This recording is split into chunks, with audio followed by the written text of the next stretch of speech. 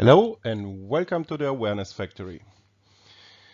As you know, in our last video, we looked at some worrying developments from the English-speaking world, and today I have the opposite. I have some great news, two great wins for the people that are going to prove to you that we have the power to change things, that we do not need to despair, and that in the end, if we fight for it, liberty will never perish and will prevail.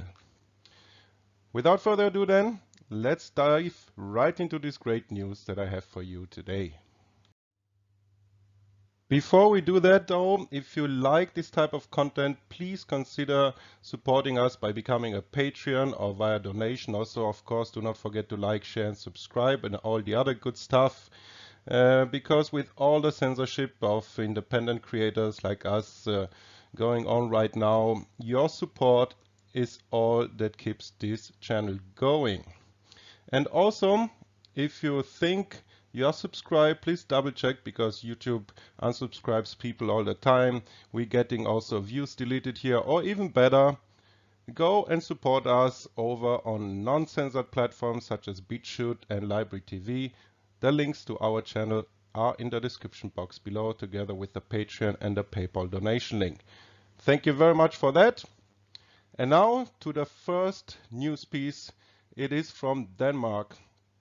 And in Denmark, the national government proposed a new epidemic law, which includes the right to conduct forced physical exams, mandate isolation, and allows the police-directed physically coerced vaccination. Quote, the Danish Health Authority would be able to define groups of people who must be vaccinated in order to contain and eliminate a dangerous disease, as it was reported by the local. And quote also from the proposal by the government, people who refuse the above can, in some situations, be coerced through physical detainment with police allowed to assist.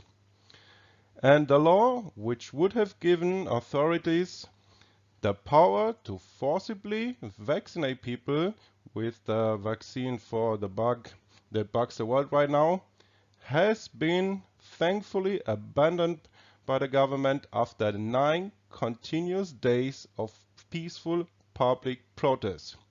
So a clear win for the people that shows you should never give up and should never bow down and accept what is going on. You should fight for your liberty and for your rights. The people in Denmark have done this successfully. The law was scrapped.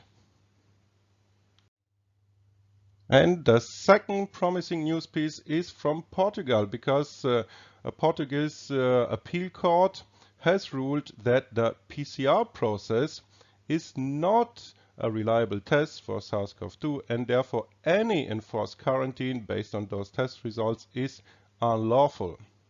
The judges ruled that a single positive PCR test cannot be used as an effective diagnosis of infection. And the ruling also suggested that any enforced or forced quarantine applied to healthy people could be a violation of their fundamental rights to liberty.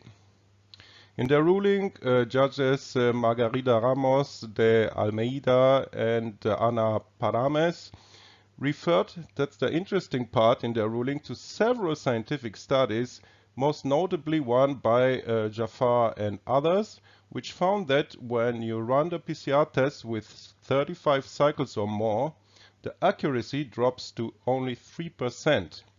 That means that up to 97% of the positive results could be false positives. And the ruling went on to conclude that based on the science they read, any PCR test using over 25 cycles is totally unreliable. And we know, of course, and we've done in-depth presentations on the problems with the PCR test, that many tests that are used by government agencies in most countries, they use up to 45 cycles. Most of them are over 30. That's why probably most governments are very tight-lipped about the number of cycles they use, because it's very well known in the scientific community that when you go over a certain cycle threshold, the test becomes completely useless. And interestingly enough, the ruling was published already on November the 11th, but have you heard anything about this ruling? A very important ruling, in my opinion. Have you heard anything about it being reported in the mainstream media? Guess not. And it's really encouraging that a court has recognized that the PCR has a lot of problems that come with it, not only the cycle threshold. And it is well known, the problems are well known in the scientific community. The fact about the false positives, for example, was first noted in public by Dr. Beda M. Stadler, a Swiss biologist, emeritus professor, and former director of the Institute of Immunology at the University of Bern, amongst others. He said, for example, quote, "So if we do a PCR corona test on an immune person, it is not a virus that is detected, but a small shattered part of the viral genome. The test comes back positive for as long as there are tiny shattered parts of the virus left." Correct? Even if the infectious viruses are long dead, a corona test can come back positive because the PCR method multiplies even a tiny fraction of the viral genetic material, enough to be detected. End quote. Finland's head of health security, Mika Salminen, also dismissed the WHO advisory, saying the WHO doesn't understand pandemics and that their coronavirus testing protocol is illogical and doesn't work. Many more experts, such as Dr. Mike Eden, who worked for over 30 years in the medical industry in very high ranking, also at Pfizer, Dr. Claire Craig, and many other experts in the field have also spoken out extensively about the problems with PCR, and we did in-depth presentation on these problems of the PCR test and also the problems with the antibody test. If I don't forget, I'm going to link the videos in the description box below, or just go through our back catalog. And of course, other problems exist as well, such as the fact that this virus has never been isolated. So we don't even know what we are looking for and what we are testing for. Is the virus itself that we are looking for, or just a fragment of the virus? We don't know, because we've never isolated this virus. Anyhow, I wanted to give you those great news that show you should never give up the fight. You should always stay positive and unite with your fellow citizens for liberty, for freedom, and against draconian government measures such as forced vaccinations. And as you can see from the people in Denmark, they've done that and they have won in the end.